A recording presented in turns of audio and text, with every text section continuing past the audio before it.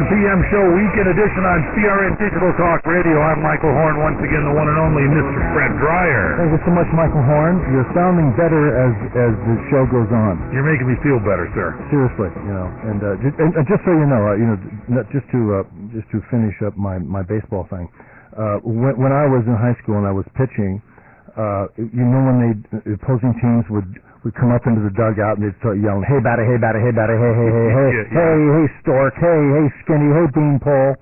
Yeah, that's when I'd start hitting guys. Yes, that would tick you off. I know you well enough now that would. Yeah, and I would do it. I would not be intimidated. Did you smoke cigars back then after the game? Yeah, I smoked one. I smoked one while I played. I thought so. Yeah, it was like the character in Bluto, where he's talking to Papa.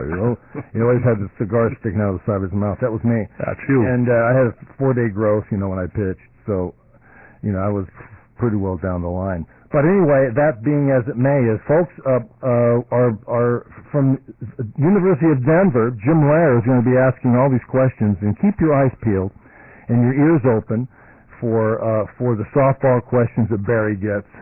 And we all want to be able to say, to Mitt when he goes in, before the bell rings and he goes into the center of the ring. We all want to say something to him, So we've got a couple of people here. This first little soundbite here is from Donald Trump. Now he's talking to Greta, and she's asking, Don, what do you think? What do you think Mitt must do to really enhance his chances in this debate? And here's what he has to say.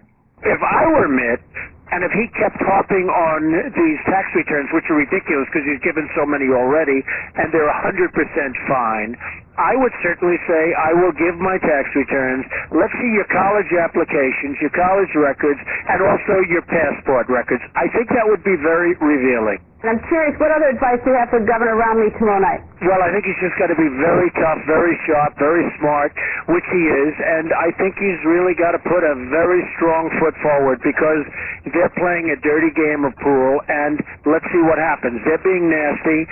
Fortunately, he doesn't say nice person anymore. He used to say nice man, that the president is such a nice man. He doesn't say that anymore because he's going through attacks that are, in many cases, very, very unfair. So I think he's got to be very, very tough, very forthright, and he has to talk about jobs and the economy. He has to talk about what China is doing to us, has to talk about what OPEC is doing to us, and gasoline prices, and other things. But those should be, and that should be, the focus.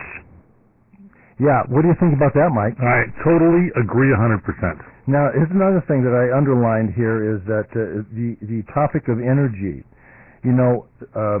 Ohio, Pennsylvania, West Virginia, parts of Virginia, all of these areas are coal-producing states. These are also swing states. Virginia, Pennsylvania, all these things are extremely important. Very important to Mitt. In terms of the election, and so I would ask Barry.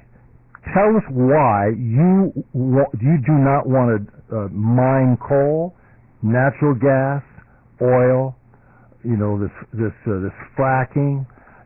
Why don't you want to develop our own sense of pride by allowing these states and these people to dig for and to mine out our own energy? You get jobs by doing that, Fred. You get energy by doing that. It takes the prices down. When Barack Obama took office, old Barry had gasoline at $1.70, $1.80.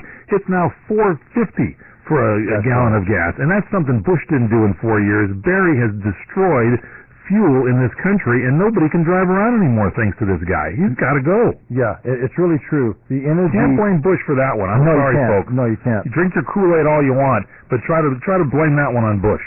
And the energy topic is one that you can murder him with, figuratively, not literally, but you can really make a lot of points here by going after Barry and this and this ridiculous energy policy that he has that's crippling not only our supply of coal, natural gas, and oil, but it's the jobs of mining it. You know, you also have the benefits of these things, but you want to be able to go out and you want to be able to establish the institutions in America that have this, you know.